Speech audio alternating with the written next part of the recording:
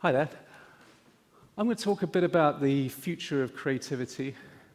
Let me start off with 30 seconds of history. So, the idea of creating has been around for thousands of years, but it applied to the actions of deities. People talked about God creating. People only started talking about humans creating around the 1700s from the Enlightenment. And the word creativity only first got coined in 1926. So it's kind of a young field.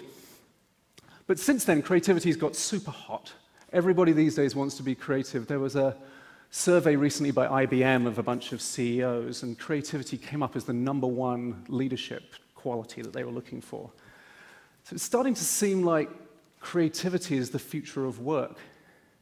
But I want to question that a little bit. And I want to do that by talking about artificial intelligence.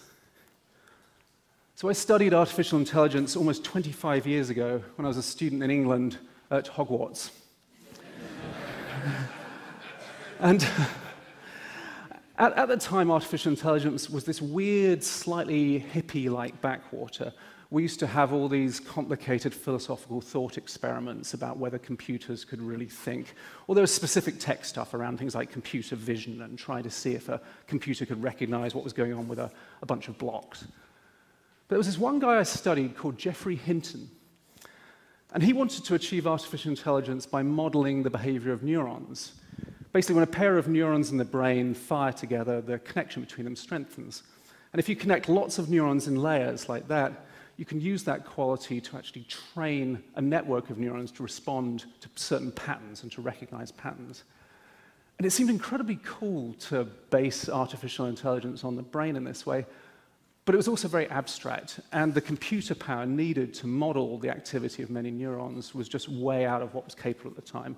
This was the computer we used at Oxford. It was a DEC VAX.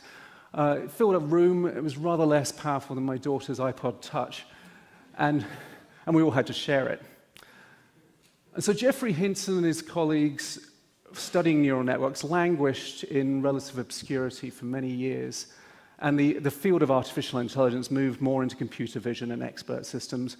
Both of those turned out to be rather harder than we thought, and really it seemed like flying cars. Artificial intelligence was never going to happen. But then,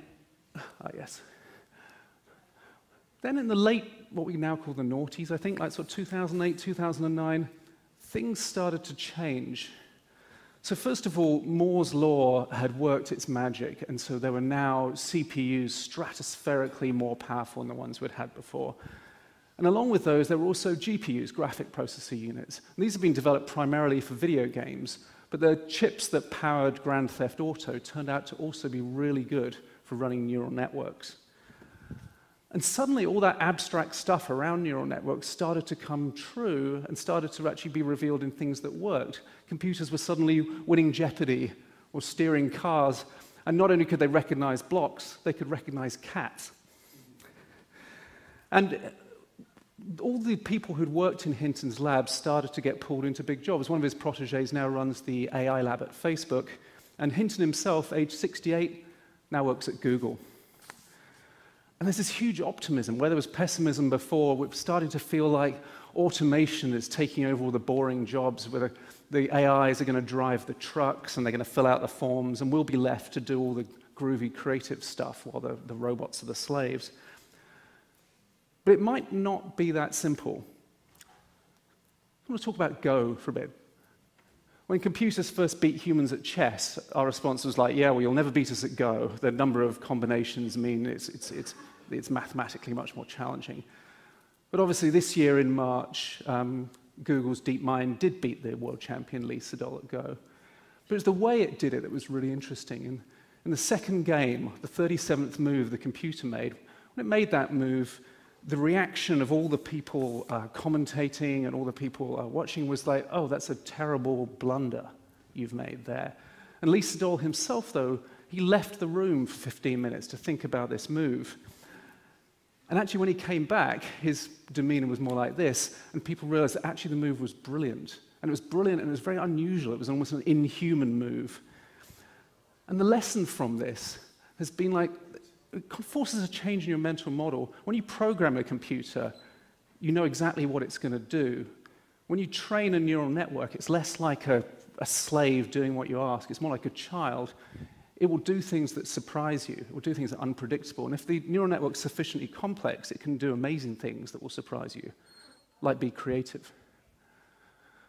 So I want to explore a few scenarios of how neural networks and machine learning can be creative and what it might mean.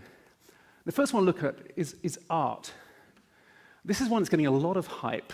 So this was a project where a neural net was fed a load of Rembrandts and produced a facsimile of Rembrandt that someone offered to pay a few $100,000 for in an auction. This was a movie script where they fed a neural network in England a bunch of sci-fi movie scripts, and it spat one out, which was then made into a movie. In France, they took a bunch of Beatles tunes and fed it into an AI, and it came out with this tune.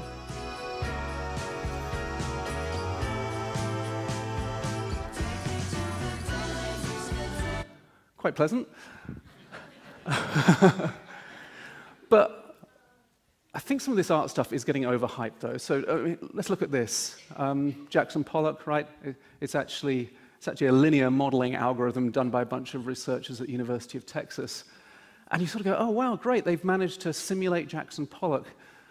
But I'm not sure if that's how art really works. When you look at Jackson Pollock, what you've got is this guy who's struggling against the confines of art's rules and his own inner demons, and he's producing this thing. And really, the artwork is the expression of a human story. And when we fall in love with a piece of art, we're sort of falling in love with the human behind it. So I think computers doing art is still a way off. Or put it this way, I think we can fall in love with computer-generated art when we're ready to fall in love with the computer itself. And that may come, and life's going to get very weird when it does. I want to talk about something much closer in, which is actually robots doing design. And this has already happened.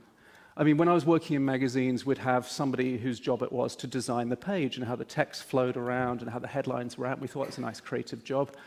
These days, in this age of lots of different screens and responsive design, it's done by an algorithm. So you could argue that that's a creative task being done.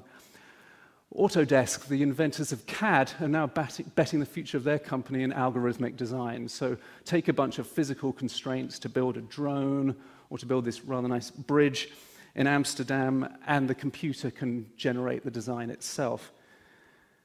And the question I've got is that what other forms of design can be attacked by an algorithm in this way? And so far it's doing stuff which is based on a set of physical constraints. Here's what the bridge needs to do, or here's what the bike needs to do. It'll get much more interesting if the computer's got access to emotional constraints, like how people feel. So this is a wearable EEG network. And what people like Unilever use these for is to replace focus groups. You can read the electrical signals on the scalp and correlate it with emotional states. So you can walk a consumer down a supermarket aisle and see when she likes a new design of shampoo bottle, actually before she is consciously aware herself that she likes it. So if you wire a bunch of those into a neural network, you can get a setup like this, where the neural network's generating solutions, it prototypes them in some way, 3D printer or into virtual reality, and then puts it in front of a bunch of humans wearing EEG nets, takes the feedback and keeps repeating until everybody's happy. That'd be a pretty good way to generate a new sneaker design or ad campaign, possibly a political candidate. I don't know if I find this future incredibly exciting or rather scary, but something like this is coming.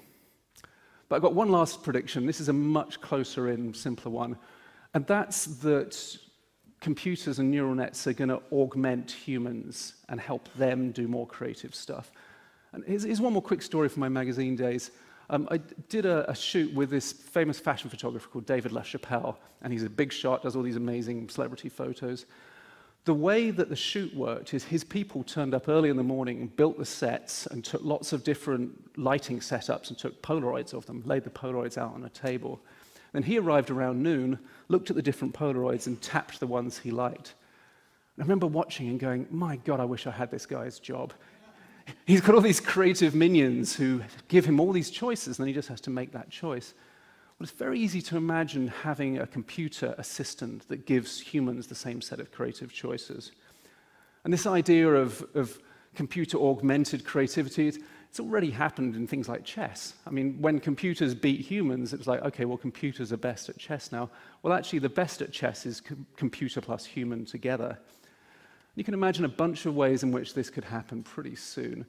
The AI is researcher, something that goes and curates inspiring material that's going to be most likely to help a creative spark happen for people, taking the burden of discovery off the designer and creator. The AI is ideation partner, so I have ideas, the computer builds on them, the computer had ideas, I build on them, a dance together there.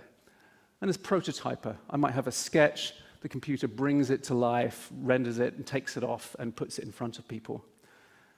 These are all quite rational things. I wonder as well whether the computer might have a role in the emotional side of creativity too.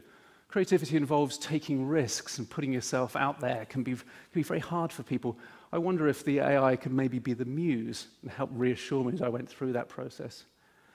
To test the current state of that, I asked Siri yesterday this question: why do I create? The answer was, good question. Anything else I can do for you? I have to say that hurt.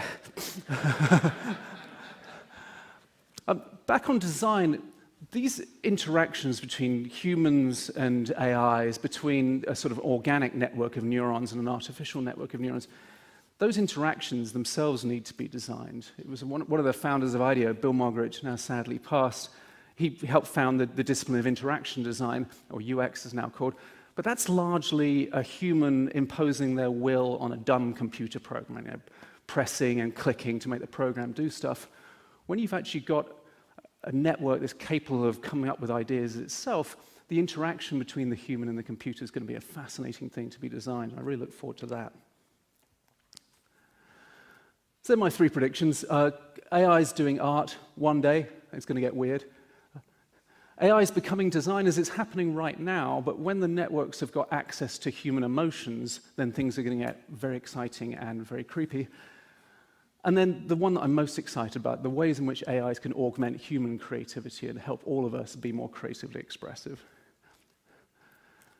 And as for the networks themselves, well, first of all, I wish I paid more attention in college, because these guys have all got amazing jobs now.